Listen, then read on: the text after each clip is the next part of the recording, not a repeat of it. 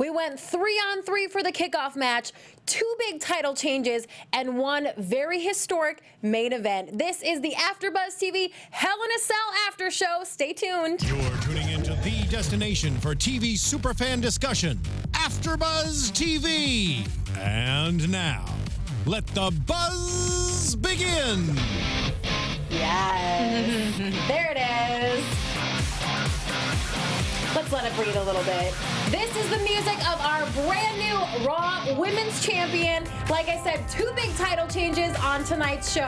1 very historic main event that came from 3 main events, and we are going to be breaking it all down for you right here on AFTERBUZZ TV. We are live on YouTube. I do have the live chat rolling. I know it's late, guys, but y'all are there discussing this big event, and we love to see you there. We are on SoundCloud and iTunes as well. Please give us a 5-star rating because we are about to break down the WWE Hell in a Cell for 2016. There is a lot to discuss. My name is Christy Olson. Thank you for coming to hang out with us. You guys can always keep up with me at Christy Reports. And joining me tonight from the AFTERBUZZ TV Raw After Show panel, representing Miss Markeia is here. Markeia McCarty, say hey. Yeah, I loved this Hell in a Cell. Oh my God.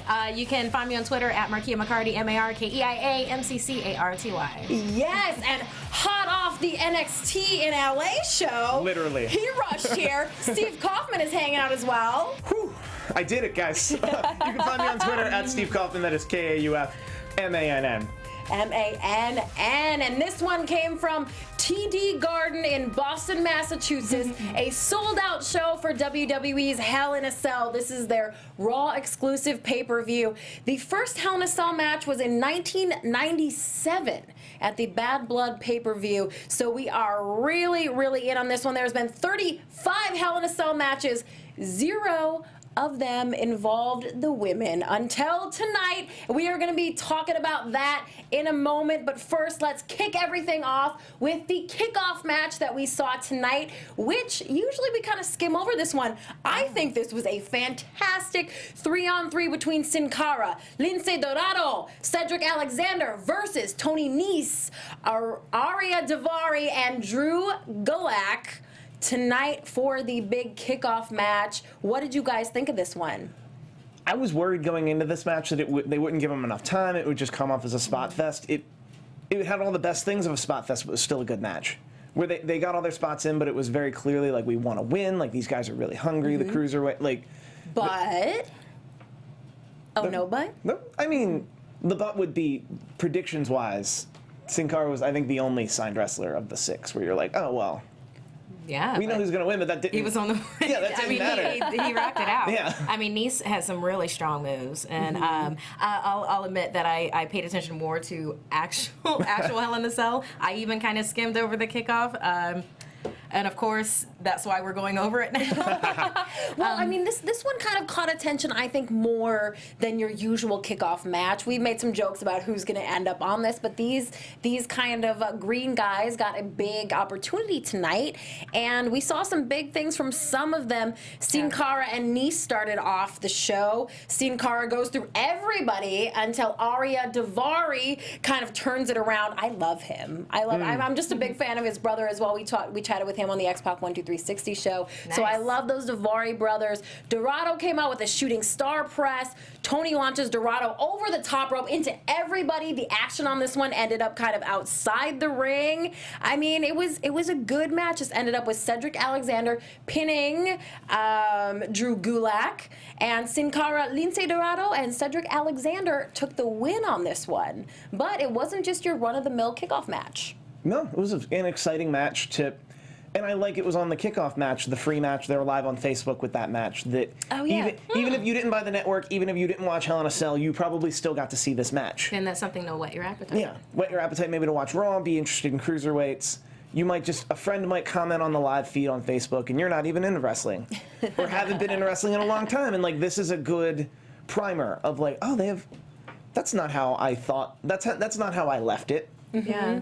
They'll be like, oh, wait, you're watching Mexican wrestling? Be like, no. No, you don't understand. This is what they but do you now will with the understand. cruiserweights. They do it all. It's a mixed bag. You get a little bit of everything. I mean, you've got everything from Swan with his dancing, and then you had Alexander tonight.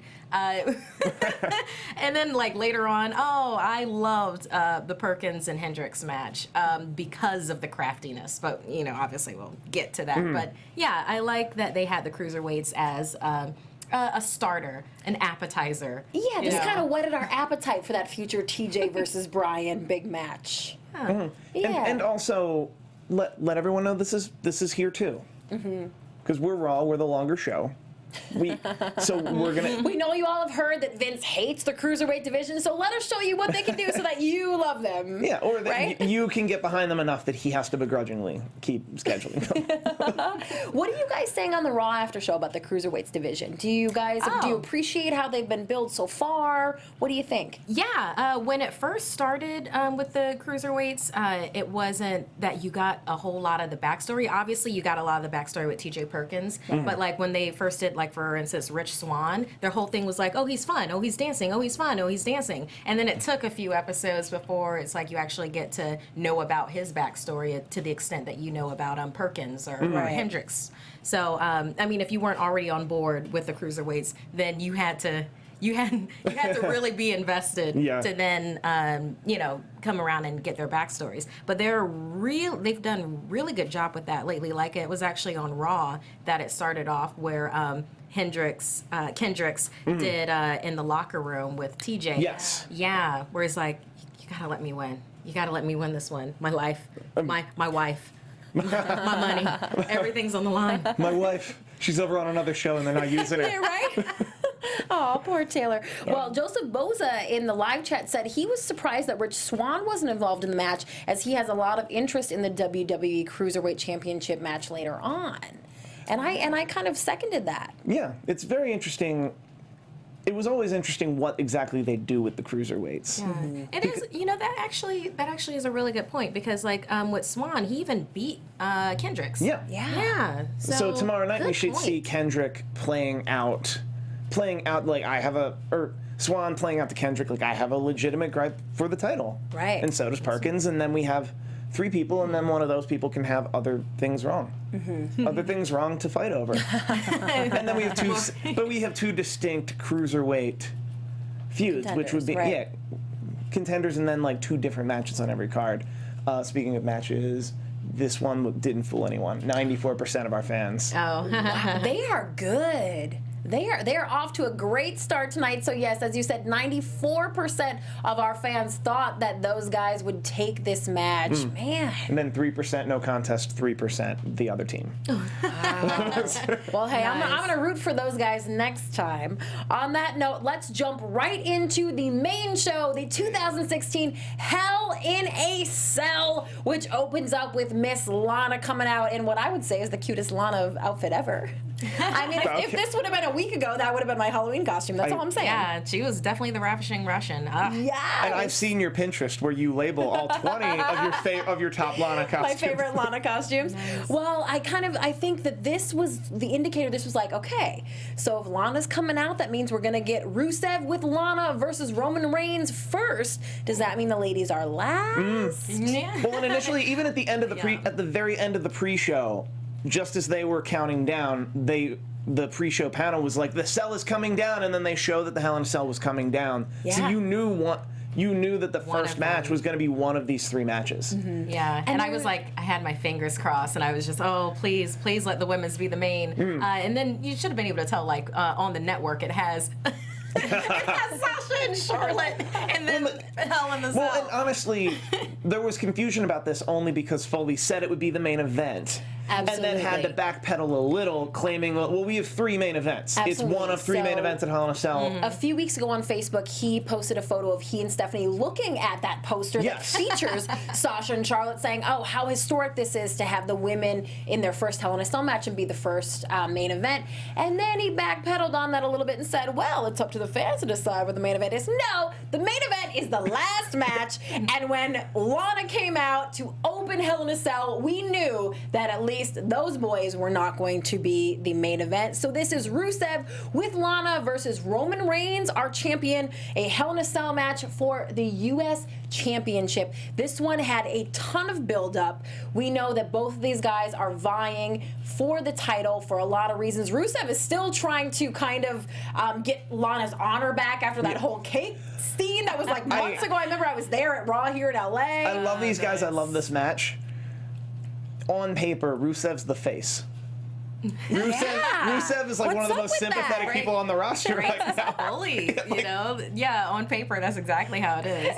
I enjoyed a lot about this match. This wasn't my favorite match of the night, but it definitely wasn't slacking. I loved how the audience was into it, and I absolutely adored when Rusev made Reigns into basically a human pinata. Yes. With a kendo stick. Like, wrapped him in the ropes to be like, and I'm gonna beat you to death. Wait, changed my mind. This stick isn't enough. That's right, because Reigns was actually the first one to pull out the kendo stick, right? And he sort of attacked Rusev with it, but then it all changed around. Rusev got the upper hand with that kendo stick, and then Rusev got Roman Reigns into the accolade. And we all thought maybe it was all over at this point. Roman actually fought out of it numerous times. Numerous times. And then Rusev pulls out a chain. I mean, this was this as brutal of a Hell in a Cell match as what you guys were expecting? Yes. It was a very good opener. It was very good with that. I didn't enjoy the fact that Reigns powered out of the accolade, but I also completely saw the need for why he would have to do that.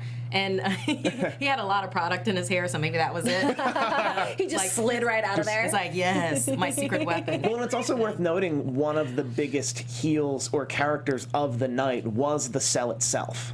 Oh, they made it was a weapon. Like, they made a very good point to say, like, careers have changed. People have lost years. Like, they had that Foley program in the pre-show was so well done. And when like Rusev was launched into the side of the cage, and then that's when like the first color happened. And I was just like, oh, all right. So that's the first. It's not gonna be the last, but that's the first. Oh man, the Samoan drop onto the metal steps. That was I felt that at home. I was like, oh, you're crazy, and I love it. Give me more. We knew when those rings came, or when those steps came into the ring, that some good stuff was going to go down, and that wasn't the last of the whole steps. I'm so trained as an audience member that when I see stairs go into the ring, I already hurt for everyone. I'm just like, oh, someone's going to get so hurt. We feel it, because Roman ended up spearing Rusev off those steps that were in the ring eventually, and he just barely even had him pinned. It was a very quick count, and the bell rung. We got Roman Reigns pulling it out, retaining the U.S. title. I gotta say, I was a little bit surprised at this one. Really? I expect this title to bounce back and forth a little bit for a while. I didn't see it bouncing back and forth. I thought it was going to be exactly what we got, which was a very solid match. Rusev I loved him just plowing underneath the ring. It's like, I know what I want. And pulling out the chain. I was like, no. Yes. Why do you keep these things under the ring? It's like all of these things are under the ring. When he bounced Reigns' face off of the metal steps when he propped it up into the corner, I was just like, all right, well, it's not a bloody handprint, but that'll work. But it's good. It's good, and it's also they're in a bit of a rebuilding phase with Roman Reigns, right? In the sense that they felt everything they had to do from Money in the Bank to now, that they have to rebuild him up to be who they want him to be. And Rusev, to his credit, it has the ability to be a Big Show or a Kane in that sense, that he's a big bad monster. He's a big bad monster that can get the heat and then give you the heat, like get the heat and give you the shine, but then still go and get more heat. He was a fierce opponent. Because they'll rebuild Rusev again, and then he'll be able to just be someone else's monster. He sold everything so well. Kamani in the chat said he's Cena minus a personality. That's an interesting way of putting it. Andrea Beeler asks, is this feud over? She hopes so. What do you guys think? I do hope so. I do hope so, too. We're done with this. We're done with it, Andrea. We're done. I would love nothing more than for Rusev to go on a string of just wins. Oh yeah, Just commanding wins, and then Roman move on to someone else. AJ, Selena, a lot of our chat roll is saying they hope that this is the end of this. Yeah. Speaking of our chat roll and our fans who want this feud to end, 100% of them Oh my gosh! thought it would be Roman Reigns. Yeah. Yeah. Wow. So that's a reflection of the faith that we all know that the company has in Roman Reigns, Yes. right? Yeah, that's a very nice way of putting it. Right? Yes, that is. Yeah. But it's also not shade on him personally. No. He's like him in the He's- ring, and this whole match was great. It's people have their reservations about him on the mic, him as a star, him as the guy. Yeah. No, he definitely showed it. He definitely. He shows it. Usually anyway, Yeah. but he definitely showed it in this match. I was entertained. There were some social media complaints that the guys didn't use the cage enough in this match.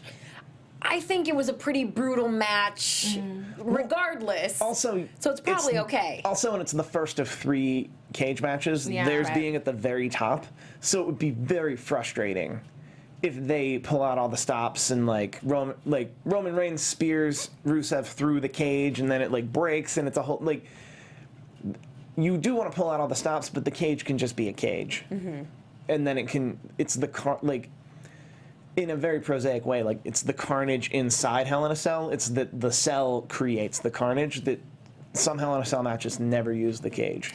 I would say out of the 3 matches, each one had a different personality. Definitely when it came to the usage of the cage, I would say the first one was more of like a containment. They were contained within that cage, and anything goes within it. So the cage itself wasn't too much of a weapon. While with the second one, it was more like an offensive force that you could also use as a weapon. Right. So yeah, this first one was more about containment and a little bit with craftiness in the sense of pulling out that darn chain. Oh, I was so happy to see that. I was like, yes, use that all the time. All right. Well, so There's always a Roman chain. Reigns retained on this one, and that match Use it all the time. that one seemed to have so much at stake, and we knew there was a lot building up to it. This next match we're going to talk about, Bayley versus Dana Brooke. I don't want to say for nothing, for bragging rights. What are we? For starters, beyond what was scripted, Dana Brooke and Bayley are at a place on the main roster. The fact that they get a match on a pay-per-view has its own inherent stakes. True, Bayley's yeah, been on the that main says roster something. for so few months that for her to get to face anyone is then those are my stakes. I want to shine bright. I want to win. That's true. Think about it this way. We didn't see Sami Zayn tonight, at all. Yeah. But we did get Bayley and Dana Brooke, so that does say something. Not something detrimental to him, but something as in where they're thinking of taking Bayley, placing in the future. They're putting more momentum behind her.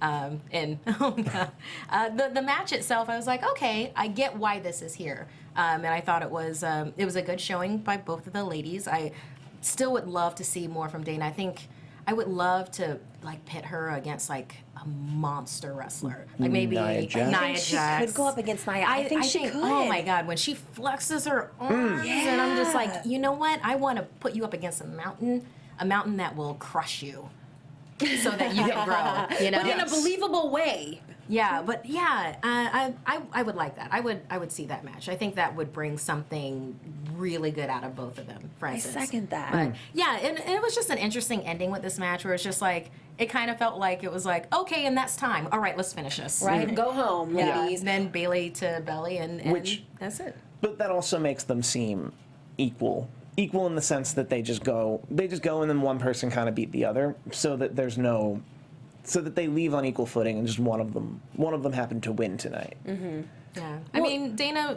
fought smartly. Kept on working the arm, as you do.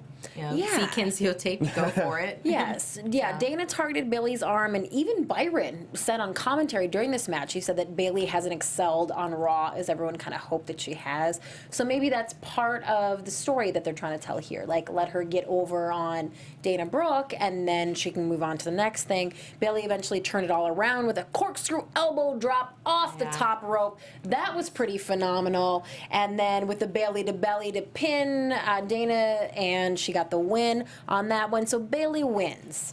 Where do we go from here with these two? Or is it more about Charlotte? What do you guys think? Well, when they talk about, before Bayley came up to the main roster, we talked a lot about when will it happen, because she had been ready for a long time, and it was more a matter of what the women's division in NXT, how is she leaving it? Is it ready for her to leave? Is the main roster ready to have her? And then she came up in one of the times that we were all worried about, because we're all Flair Banks right now. We've been Flair Banks for the last 3 months. And then Bayley comes in as a quick surprise, mainly to accentuate that. And I think that's part of where the frustration, where she's, I don't want to say she's getting lost in the shuffle, because she's still on the card and they're clearly making a point to put her on the card. But that's where we're feeling with her right now, that it's, she hasn't excelled, because the Bayley we would know would be the most over babyface that's not the champion. I found it interesting tonight that I forget when they brought it up. It might have been during this match, or it might have been during the actual main event. But they started talking about the 4 horsewomen, you know, and and Iron Woman, and I was like, yeah, bring up all of this for those that don't know, and put that on their docket, put that in their their YouTube queue and stuff like that, or put so they'll look for it on the network. So the very fact that the commentators were taking that approach with it, as opposed to, okay, I've gone down a wrestling match hole for other women's matches, the first steel cage match that was ever on WWE, and that was Lita versus Veronica. If you remember Veronica, in my head. Victoria? Victoria. Thank you. Not Veronica, Victoria. Lita and Victoria. So they had that, and it was this whole thing with a wrestling roulette. It was a raw roulette. Because back then, at that time, it would have seemed barbaric if it was just no, we're just gonna book the women in a cage. That's cool, right? Yeah. Where there needed to be a gimmick behind why they were in a cage. It wasn't 2016 post Women's Revolution. Exactly. No, it was not. This was 2003, and if you get a chance to see the match, if you're interested, the difference between the commentators then as opposed to the commentators now is worlds. It's worlds different. Because they're not talking about what they're wearing and. What, in 2003 they are? Well, no, that's what I'm saying. In 2003, they were talking about what they're wearing. Well, here it was based on cattiness, and whereas here it's just no, they. Yeah, history of the wrestlers, where it can go forward. So just enjoy that. Yeah, this was still a real women's match. We will see what going forward we have for Bayley and Dana. However, you guys totally guessed this one. We got 90.9% versus 6.1%. You guys were all for Bayley on this one. Y'all love your hugs. They all we get don't hugs. blame you. It's 90.9% hugs. Well, at this point, we got this really cool promo for a new thing they're calling Raw Talk.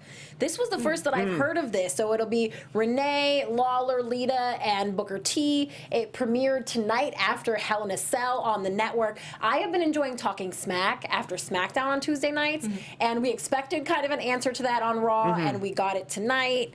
I didn't honestly get a chance to check it out yet. I did check that out. Oh, how was it? Yeah, I enjoyed it. Raw Talk, because what they did is, the wrestlers that could. The wrestlers that won that could be there. For instance, Charlotte was not there. And Imagine that. Spoiler. Oh, dear Lord, sorry. But yeah, they went through each one of the wrestlers that had won.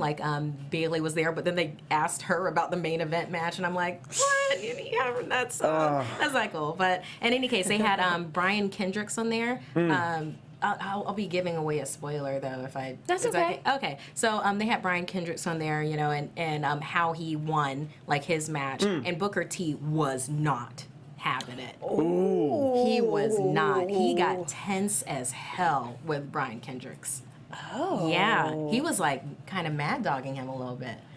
Yeah, okay. and he was taking him So to everybody go watch Raw Talk on the network. I feel I was okay. I feel like Booker Markeia T is selling it right now. I feel like Booker T mad dogging someone could still be really funny. Yeah, no, and Shucky ducky. and he was like, no, this is real talk, raw talk, real talk. I'm like, okay, Booker T, all right, let's do this. He's fired up for it. Yeah. Well, we will keep you guys posted on what goes down on Raw Talk. Let's jump right into the next Hell in a Cell pay-per-view match. This was Enzo Amore and Big Cass versus Carl Anderson and Luke Gallows, the Club. this not a Hell in a Cell match. This one was just for bragging rights again, right? Well, you have to assume this would be for a pseudo #1 contendership in the tag team division. Yeah, okay, so let's call it that. Yeah. Pseudo. An unofficial, a championship opportunity, as they say. Right. You're not #1 contender. You have a championship opportunity. I saw this as a championship opportunity to get an epic Enzo and Cass promo. Like, oh my. Right. Oh, wow. Enzo's got the mic on his hand now with the new tat. Even when they flash back to like the week before he didn't have it anymore, I was like, yes, that is diehard. That is hardcore, and I like it. He clearly does not intend to be hired anywhere else. Right? Ever. I love that he gave them Cass set it up, where he gave them the nicknames, be like, Anderson, you're Andy, Yes. Gallows, you're Big Gal. And then they just riffed on that. And Enzo bringing up Toy Story. She's like, was it Andy? I might as well call Cass Woody, because by the end of the night, he's going to have Andy tattooed on the bottom of his boot. Howdy doing? Like, oh my God. Oh, that was the best part of the match for me. I mean, It was a great match too. Like, it was a fun match. It was a fun match. And you know, Gallows and Aaron, it ended the way that it needed to. Absolutely. The club dominated this one for real. Casted some splashes side to side, catty corner or kitty corner, depending on what part of the country you're from. And this one ended up with Enzo getting a big boot from Luke Gallows, and then the magic killer for Enzo to get pinned. The club wins this one. Carl Anderson pinned Enzo. I mean, it was a good match, right? Yeah. similar to how Rusev can lose and then they'll rebuild him. Yeah. Enzo and Cass don't need to win every night. That's true. They don't. They're so true. over. No. You know, they're so. Especially against like dastardly heels like the club, where it's just like, well, no, they cheated and they're underhanded and they spoke ill of us and nobody liked that they won. So that as long as they don't go out and completely bury them, this works out fine for me. Steve Kaufmann accepts it. Yes. What does Markeia McCarty have to say? There wasn't a single match of this Hell in the Cell pay-per-view that I didn't enjoy in some way. I enjoyed this one too. I thought, Anderson and Gallows know what's up, and they focused on Enzo like anyone would have. But saying Enzo got his strong in. I love the DDT that he did from. Was it like the DDT from the top rope? That was this one. Yes. Yeah. Oh, I've watched so many matches. Yeah. He got some strong moves in, and I love this man's taunts.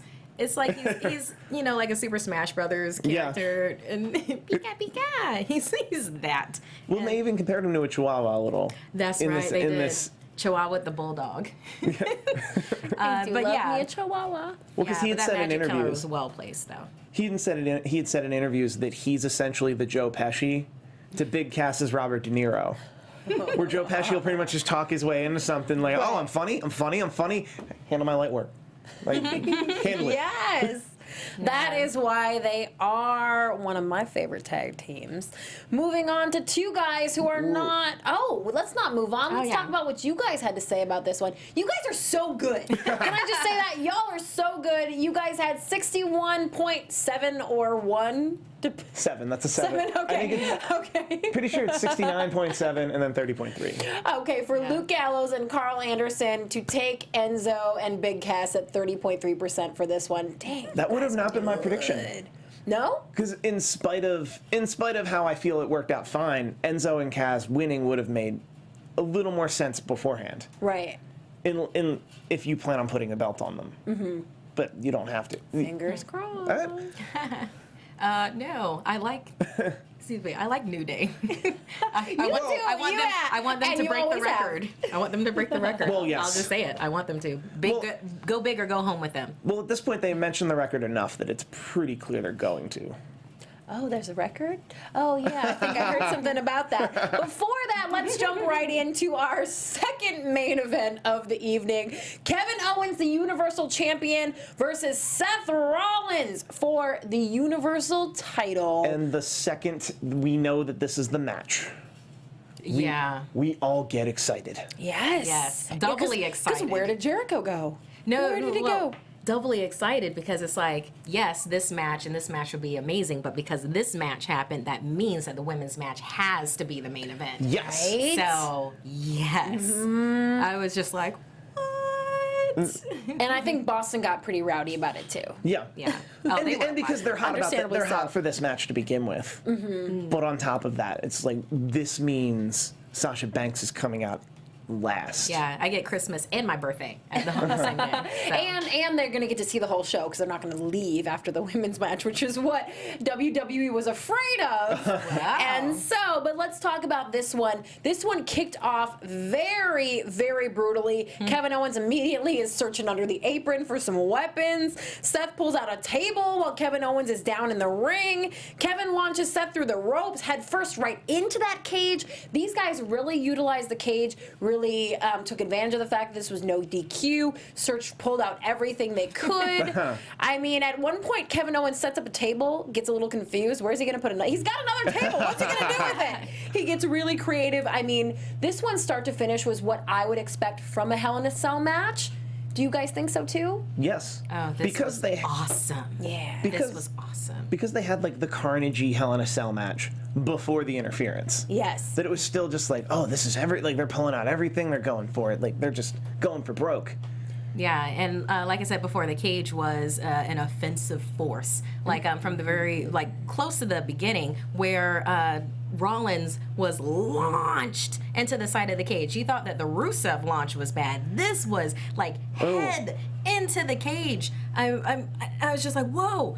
Okay, it's that kind of match, Right? It's that kind of match. This is what it's going to be, and yeah, no stops were pulled out, and I loved how it told a story. I mean, it was like it was so laid out so perfectly. Like for instance, when KO pulled the fire extinguisher out the fire from underneath extinguisher. the ring, and I'm like, okay, that shouldn't be there. I'm glad that's there. Thank you for having that there. And then like hits Rollins in the stomach, and oh no, the fire extinguisher activated into the ref's face. Oh no! Oh, we have to get another ref in here. Open the cage. Let's get a. Is it Jericho coming? Also, I'd like to argue fire safety is no laughing matter, and there should be a fire extinguisher under every ring. Especially. Well, it certainly worked out well in this case.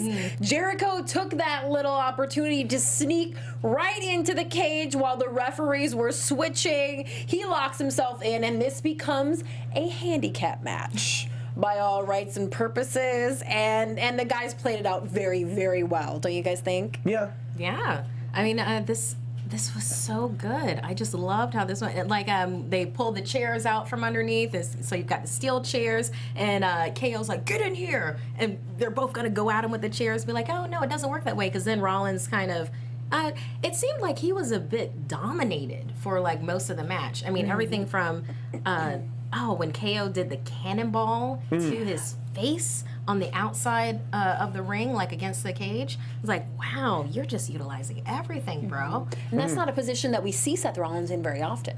Yeah, he was just kind of, he was just getting worked over for most of it. I mean, but he popped back to life, and started going after Jericho, and that was fun. And, yeah, but he just kind of got devastated. The power bomb onto the two steel chairs. It's always it's like the tiger in The Hangover, where they set something up and they do so much else that you forget it's there. It's like, oh, the tiger. It's like, oh, the two tables set up in a corner, clearly ready for an awesome match-ending spot. Yeah, the table fort, and it's like, you built that table fort. You know you're going through it. Which was so, I loved that. It's booking 101. You don't set up a table for it and then not put somebody through the table for it. Yeah. I'm just glad that there were so many tables underneath the ring. Right? I mean, somebody was thinking.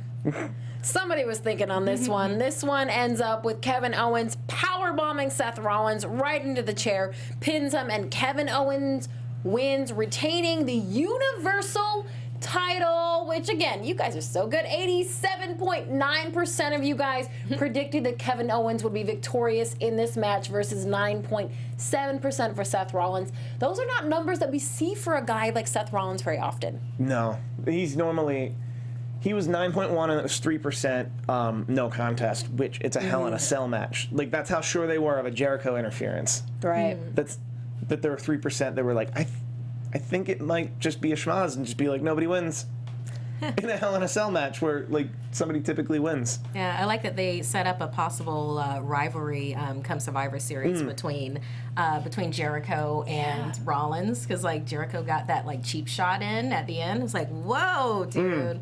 That was nicely evil. Well, we know that Kevin and Jericho want to be the co-captains of the Survivor Series Raw team from earlier in the evening. Thoughts on that? Well, I like that, and I like that they want to be co-captains, and You're digging this bromance? I'm definitely digging the bromance. Yeah, and I loved, I know what you're talking about when they were backstage. Oh my God, Jericho, can he do any wrong? He's like, I'm going to put you down on the list twice. Trois. Tres tiempos, Senor Foley. I do have to ask, on the Raw after show, do you guys talk about how at least 2 segments a night are people that aren't in Hell in a Cell? Like, we're never on the card for Hell in a Cell, because that was something that's been frustrating me, that it's like, it's Goldberg, and we're spending a lot of time to build up Goldberg at Survivor Series, and I understand that. Survivor Series. And then there's Jericho with a list. Okay, wait, what are you asking? That he wasn't booked on the card.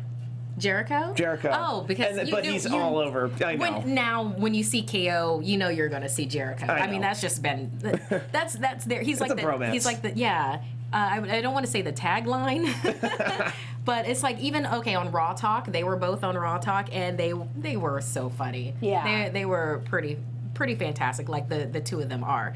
And then on there, Kevin Owens even said, "We're the Universal Champion." Talking about him and Jericho. So, come Survivor Series, I would not be surprised if they're one of the 5. I would, and that they're one of the 5. And that they become co-champions.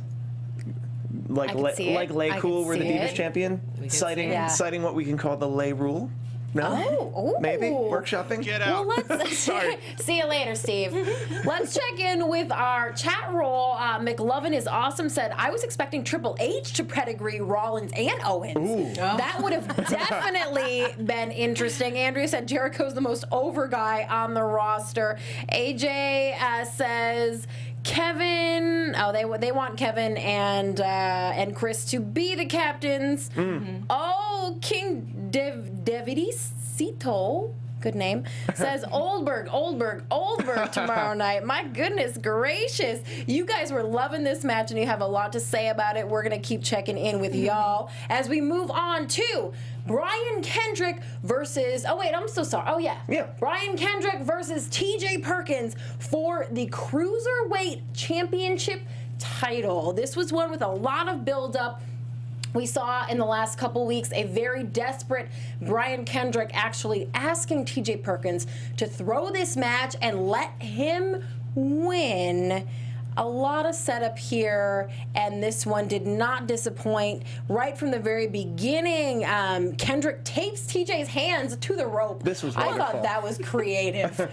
Right from there, we kicked off and into a good match. Brian kind of appeared to hurt his knee at one point on that sliced bread number 2. TJ goes to check on him. I mean, a lot of storyline here. I loved it. What did you guys think? I loved it. I also loved that they got a lot of time to tell the story. Yeah. Yeah. That for all we could complain about the cruiserweights, they're behind them. Like, I mean, if you're gonna go to the trouble to change the ropes in the apron, you might as well give them your full attention and your full force. I was pretty sure it would be Kendrick because he was back in the match. Because it's the same. It's pretty much a rematch from the last cruiserweight match. There are a lot of cruiserweights, so it's like, the plan must be to give the belt to Kendrick, and then have TJ fight. So you saw this one coming, is what you're saying? And a chasing babyface. Babyface chasing a champion is always nice. Our chat roll was a little more split on this one than, or our fans more than usual. 54.5% were siding with TJ, and 39.4% thought that Brian was going to take this one.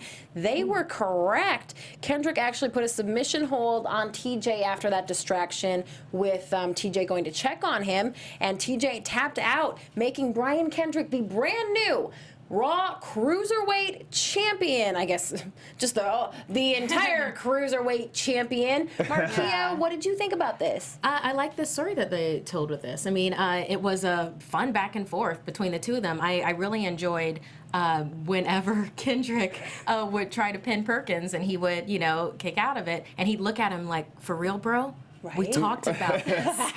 we talked about this. You're just going to lay down." It's like, come on. Why are you doing this to me? And then at the point when it's like, oh, my knee. Oh, my knee. Oh, me playing possum with this knee. And then like the emotion on Perkins' face, I really enjoyed that.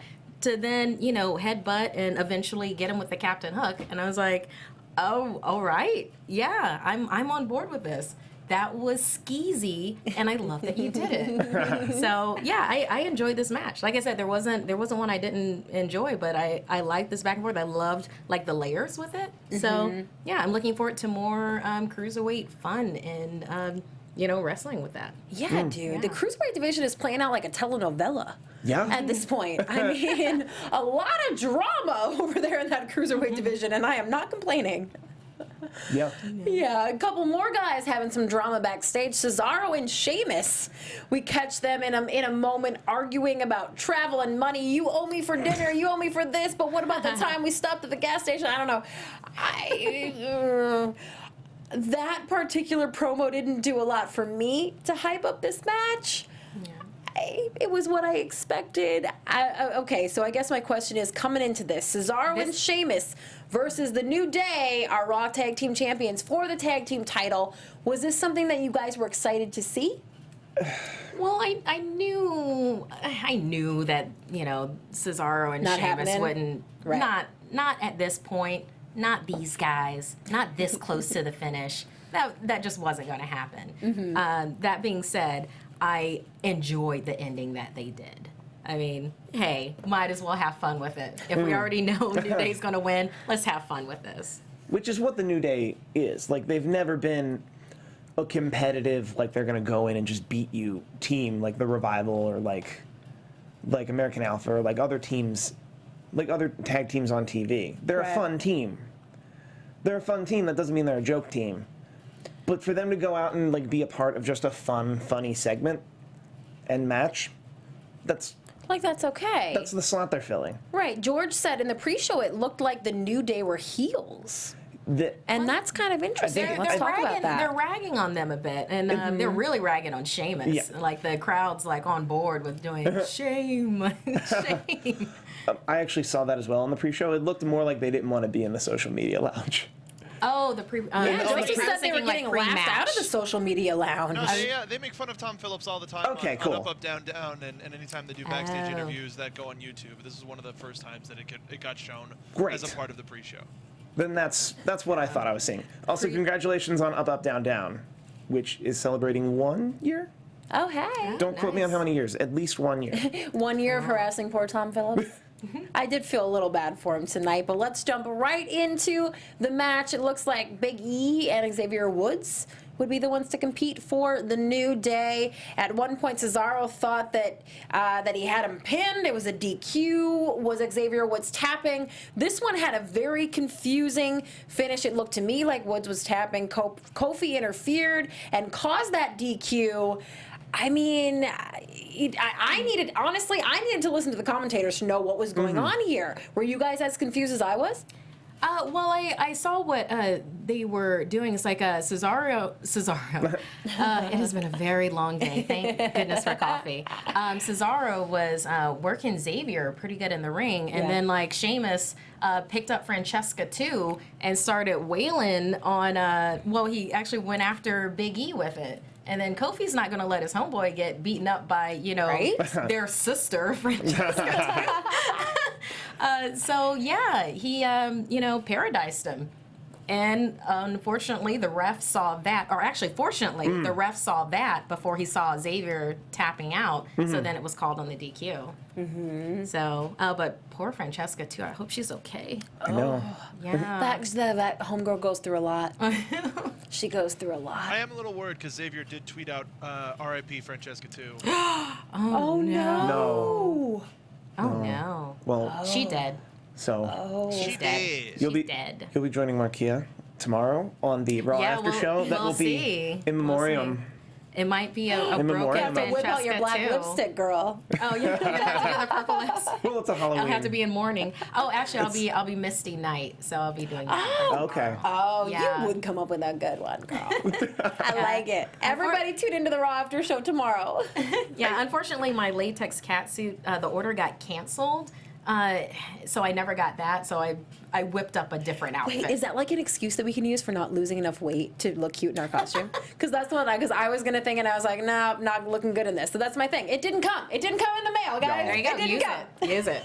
I love it. I love it. Well, still our tag team champions, the New Day, Cesaro and But- Sheamus. Won by DQ, but that's not enough to make them the champs. What did our audience have to say? Our Steve? audience had this wrong on paper. Oh. 87.9% thought it would be the New Day. Only 12.1% thought it would be the winners, Cesaro and Sheamus. None of them thought it would be a no contest. You guys were so good up until this point. Well, They threw you for I a- want to they let threw you for a slide loop. on this one. I do. I On wanna this let one, you they threw slide. you for a loop. I honestly suspect WWE looks at my questions before Sunday. Because one of my bonus questions was literally which combination of New Day you would get. Right. Because there are 3 different combinations of the New Day, so that's a good question to put in to wean out. If everyone gets all the matches right, that there's some more points. Oh, Andrea said R.I.P. Francesca too. Haywood Wong wants to know how much coffee are you drinking there, Markeia? All the It's coffee. late. Oh, They're, wait. they're concerned about you. I know what he's talking about. He's because he tunes into the Raw show. He's talking about Luke Cage and going for coffee. Oh, is that a whole That's thing? That's a like a whole thing thing. you It's a guys euphemism. do. Okay. It's a euphemism for another thing. I have plenty of coffee. AJ suspects that the New Day are retaining the titles for a political reason. Juicy. And McLovin wants to know the Raw Tag Team titles. Are we going to have a rematch tonight on Raw tomorrow night? What do you think? I would hope so. Yeah. Because we're not doing anything else with Cesaro and Sheamus other than keeping them with the New Day. I mean, moving into Survivor Series, I would imagine Cesaro and Sheamus would be on that one of the 5 teams that represent Raw. Right. So that they're not going to get a defense at Survivor Series. So I guess we would get a rematch tomorrow night. They can't win. They can't win until the record, and the record is because it'd be a record's another- title rematch. No. the record is another like 10 or 20 days. They're Nikki Bella with the Divas title right now, where They you are. just knew it was not happening.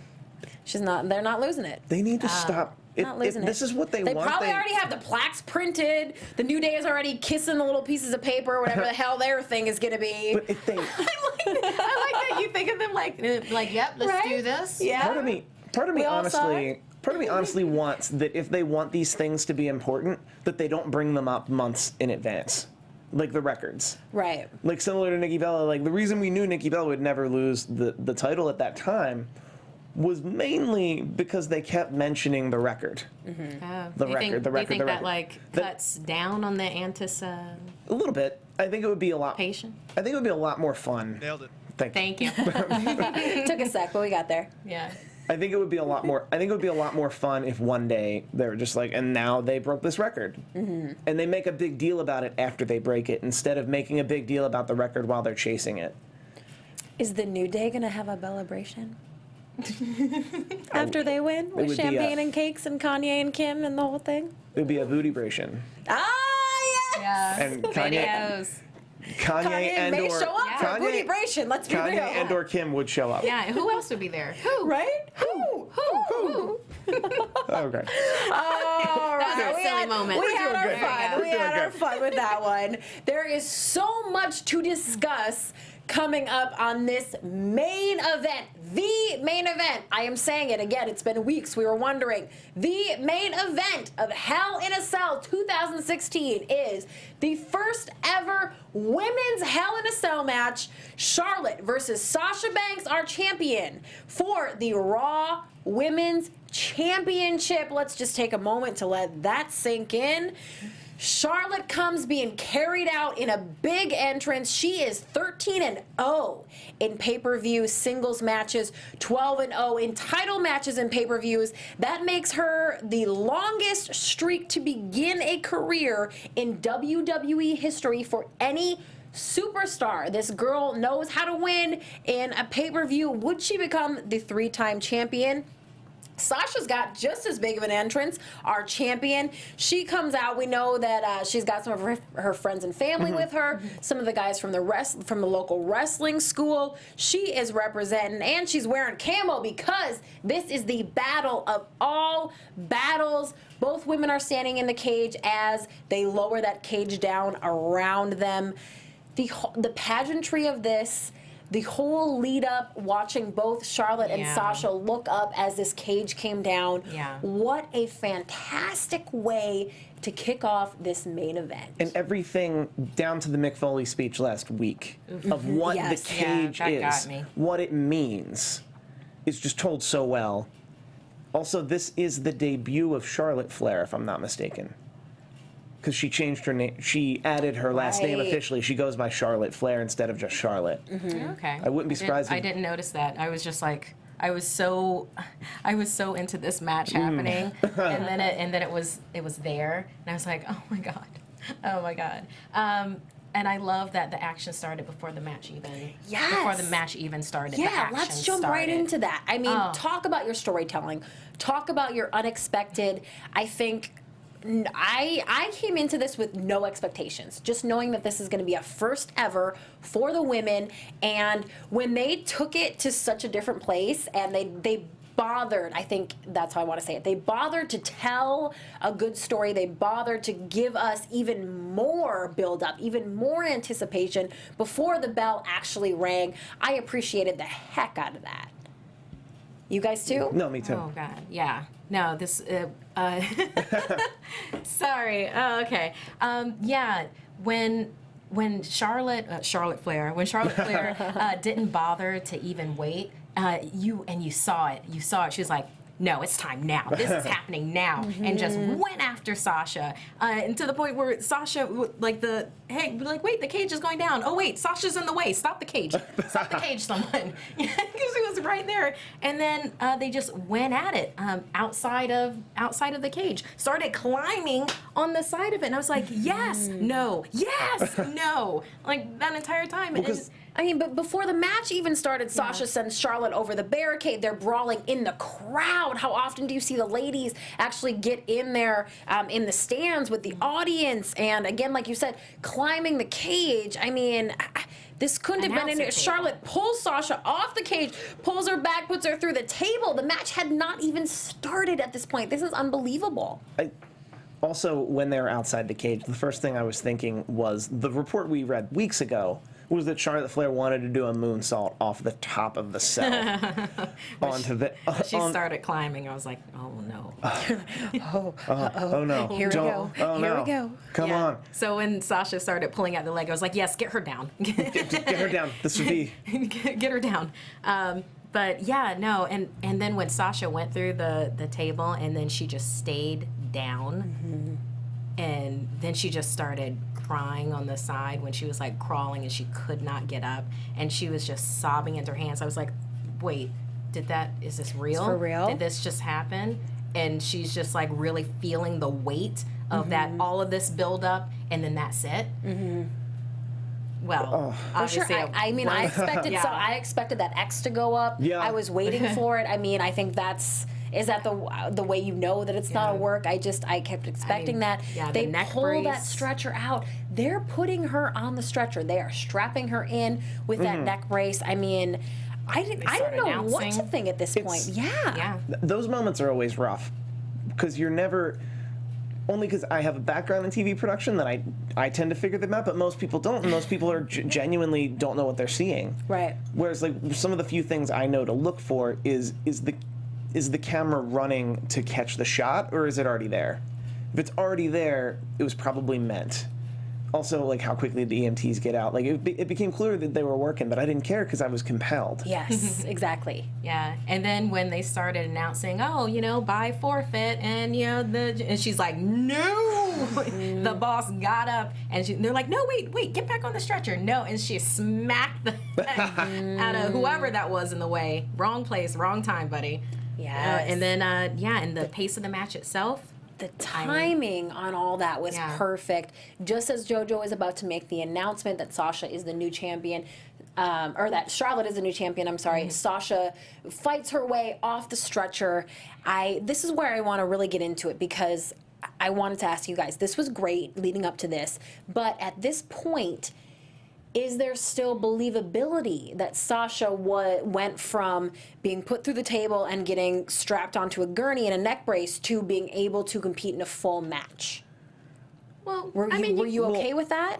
You kind of knew what it was when she actually got up and went into the ring, you know, and you're happy it wasn't really hurt kind of a thing, but you know, I'm willing to just go with it. Okay, you were really willing to suspend your disbelief. I was willing to suspend my disbelief. But it's also a good way. It's also a good way to make Charlotte look bad if Charlotte just keeps going after the neck and like keeps just relenting on Sasha. Yeah, it's like, give me my belt. But it also That was rude. Yeah. It was like, give me my belt. It puts Charlotte Flair in a place to do what Charlotte Flair needs to do, which is come off as just this person who wants that belt among all else. But it also puts Sasha Banks in a place that if Sasha Banks loses, they can always, she was literally on a stretcher. Yeah. And then got off the stretcher and then did this match. If she loses, no one's going to think less of her. If she wins, she's above amazing. Right. And I think it's well told in that sense. Our chat roll said the ref was too dramatic with Sasha. So let's blame the ref. That he caught feelings for a sec. I think that's funny. Andrea said, this has happened before, and they're saying this was questionable. Selena said Sasha deserves so much credit and respect. I think that was kind of the point of all of this, right? We had some good chair spots, good table spots. Sasha whips out the table. Charlotte shoves Sasha into the table. There's more table drama. Eventually, Charlotte does the natural selection and pins Sasha, shockingly, for a win, making Charlotte our 3-time women's champion. You guys did not see this one coming. You had 9.1% you gave to Charlotte and 90.9% to Sasha Banks. This was truly a shock. Were you guys as surprised as our audience? Well, Charlotte doesn't lose at pay-per-views. Yeah. As we said. So right. Yeah. But the pace of this match, though, it was paced so well and so quick when it started out that as soon as they were doing a replay, something else was happening that they wanted to do a replay on. So it was like back-to-back replays of everything. I loved how Sasha's face got pretty intimate with that apron. When it was from the top, and it's like, yes, your face apron hit, yes. Yeah, that apron's got her makeup imprint all over it. Man, and then, with talking about tables, how Charlotte did that counter with the table when Sasha was outside of the ring and basically almost guillotined her like against the cage. I was like, yes, no. That's what we need, somebody to lose their head at Hell in a Cell.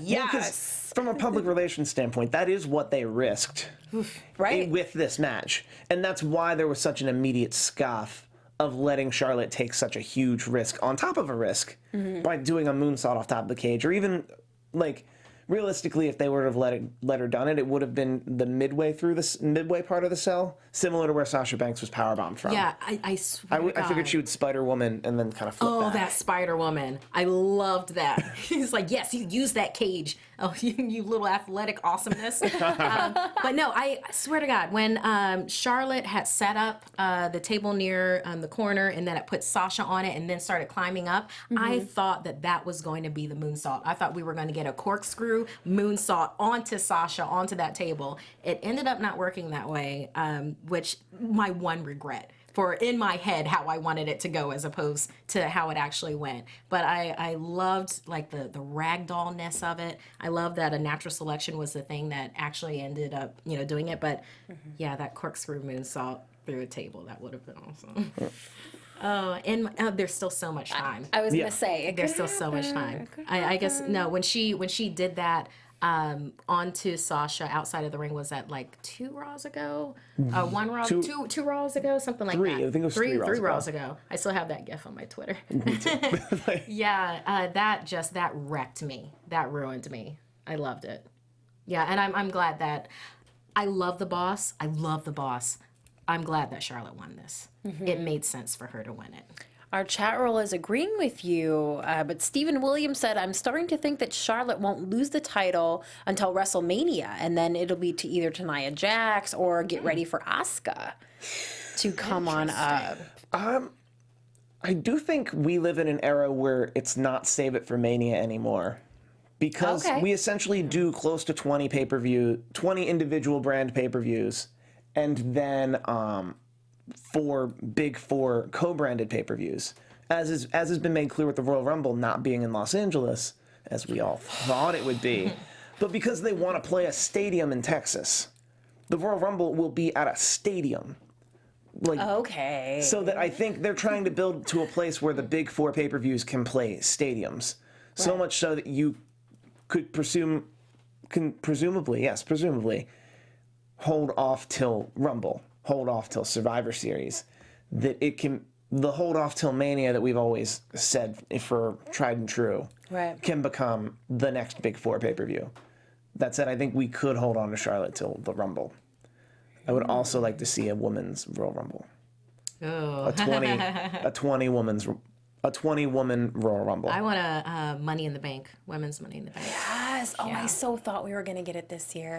I think definitely a women's Hell in a Cell match is the precursor to all of that. Yeah. And in a few years, we're going to be sitting here talking and laughing about how, remember when the ladies didn't have Royal Rumble matches? Remember when they didn't have Hell in a Cell matches? Remember? Member berries. Member Lita? Remember bra and panty matches? Sorry I introduced that, but I did member berries. Oh, we love it. I love it. The chat roll is predicting that Kurt Angle will return at the Royal Rumble. That please. could happen. The dirt sheets say so. Michael points out Sasha has had no successful title defenses. Interesting. That is true. And true. Yeah. Wow. In both NXT and WWE. They're also wondering why let Sasha win back the title just to lose it. That's what I was thinking as well, to be honest with you. Well, but that goes back, why did they let... Yeah. Maybe, I don't know, there's thinking behind it, but I mean... Like, it feels like a whole lot of people are behind Sasha with things. So Charlotte winning during pay-per-views, I mean, that kind of just adds fuel to the fire, doesn't it? I mean, give Sasha that underdog status, and she's still the boss. And, like, you mangled and embarrassed me in Boston, my hometown. Yeah. Oh, I forgot about that. They do say nobody wins in their hometown, right? Or nobody should win in their hometown. Wow. And also, Steve, real quick, Sasha did successfully defend the NXT Women's Championship before. Thank you. Yes, I was unsure to defended the NXT title. Yes. I know she didn't have it very well. No, that's not true either. Now I'm just wrong. Wrongy McWrongerson. Well, if everybody wants to tell you how wrong or correct you are, Steve Kaufmann, where would they do that at? Well, I'm at Steve Kaufmann, KUFMANN, but there is one last piece of business. Oh, the champion. Yeah, who's the champion? Oh, yes, this is very important. I hope it's somebody in our chat roll. Who is our ABTV? What do we call our predictions champion? Yeah. Our fan predictions champion? Fan prediction. Ooh.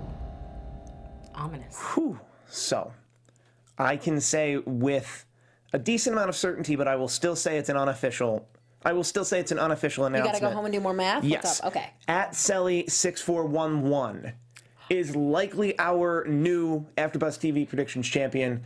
Please follow us on Twitter for the confirmation. Yay! I was away from the spreadsheet, obviously. Yeah, congrats. What's the champion Twitter? The champion Twitter is at ABTV. At ABTV champ. Yes. Okay. Congratulations, Selly.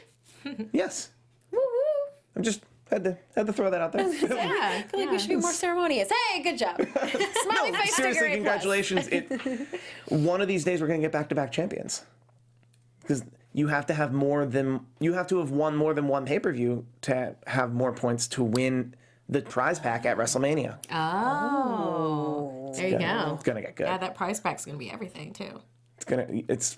I'm saving stuff up. Me too. At Markeia, where can everybody hit you up at? Yeah, Twitter and Instagram at Markeia McCarty is MarkeiaMcCarty. And also, if you enjoy,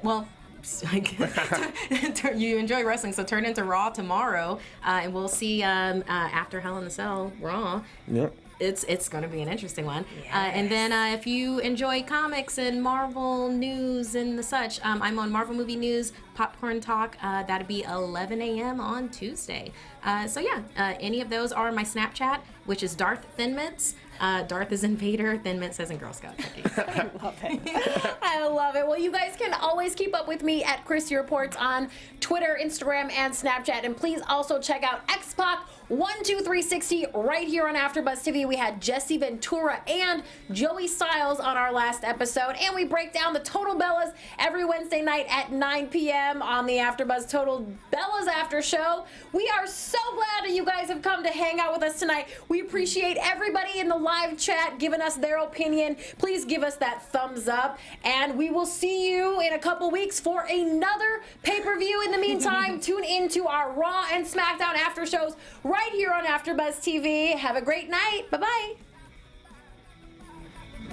From executive producers Maria Menounos, Kevin Undergaro, Phil Svitek, and the entire AfterBuzz TV staff, we would like to thank you for listening to the AfterBuzz TV network. To watch or listen to other after shows and post comments or questions, be sure to visit AfterBuzzTV.com. I'm Sir Richard Wentworth, and this has been a presentation of AfterBuzz TV. Buzz you later. The views expressed herein are those of the hosts only and do not necessarily reflect the views of AfterBuzz TV or its owners or principals.